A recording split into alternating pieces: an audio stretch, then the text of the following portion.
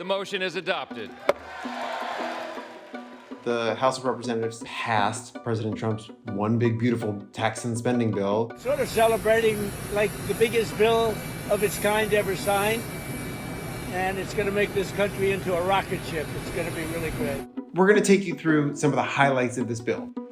They extended basically everything that was scheduled to expire as far as the 2017 tax cuts. Back then, in President Trump's first term, Congress set all these tax cuts to expire at the end of 2025. Republicans really viewed those tax cuts as a huge success, and they made it a priority to remove that expiration date. The child tax credit has been $2,000.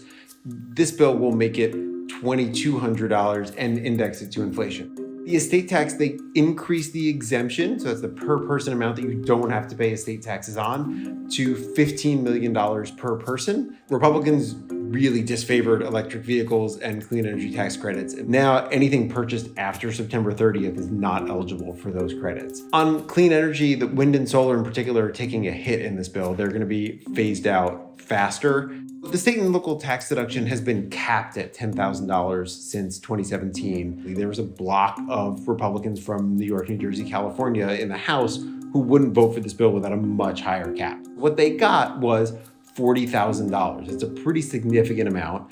That starts phasing down once income reaches $500,000.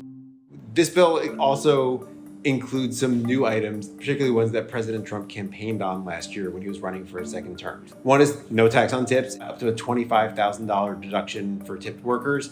Again, you're still going to pay payroll taxes on those, similar amounts for overtime pay. It's removing income taxes on the sort of half part of time and a half. So you'd still pay taxes on straight time, but then the additional half increment you wouldn't necessarily pay income tax on, you would get a deduction.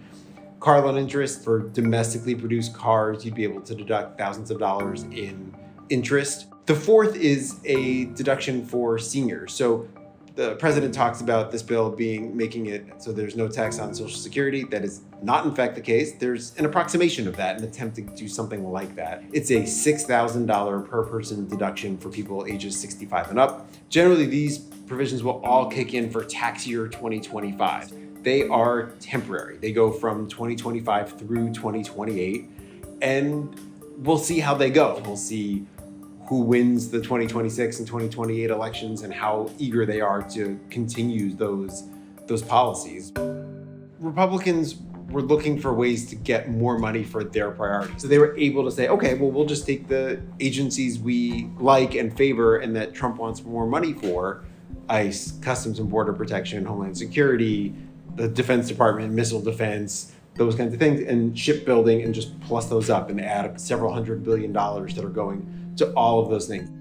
One open question is what happens with the base levels of funding for those agencies, whether Congress, this Congress or future Congresses, particularly if Democrats have some more power, start carving back some of the annual money for those agencies. This dangerous and extreme Republican budget will result in Americans losing their lives. And the biggest point of contention is Medicaid, which is the federal state health insurance program largely for low-income people.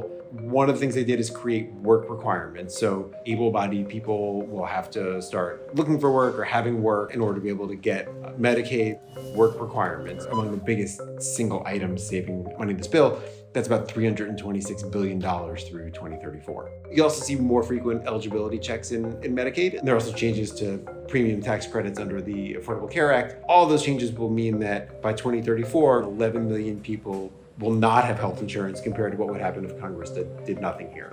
Republicans were concerned about the effect of that on the providers. And so to deal with the changes they created, there's a $50 billion rural healthcare fund. This bill represents, in the text of this bill, the largest and greatest loss of health care in American history. Democrats have highlighted in this bill is really the contrast between the effects on low-income people who are receiving benefits from Medicaid and nutrition assistance and the tax cuts that go to some extent to tipped workers, but a lot of the money is certainly going to very high-income people. And so if Democrats win the House majority next year, you may see them try to delay or change those tax cuts. It's going to add much more to the debt. And so I think without question, this is not a fiscally conservative bill. This bill absolutely increases the deficit. The way that Congress looks at this generally is what happens to deficits over the next 10 years through 2034 if compared to a scenario where Congress does nothing. That's about $3.4 trillion according to the Congressional Budget Office. That's on top of the $21 trillion or so in budget deficits that would happen anyway. Republicans have sort of two very different arguments about why they think that's overstated. One, and this is coming from the Senate, they say, okay, look, let's just assume that the tax cuts were going to be extended anyway. That's 3.8 trillion. And so really, if you look at it that way, this is reducing deficits by 400 billion. The other way that House Republicans look at it is they say economic growth. They argue that the tax cuts plus other Trump policies, whether it's deregulation, energy production, those kinds of things, are going to speed up economic growth and throw off more tax revenue and therefore pay for a large chunk of this bill. Economists outside of the White House are very concerned about the drag of budget deficits on the economy, and they're worried about higher interest rates and growing pile of debt sort of counteracting that growth effect.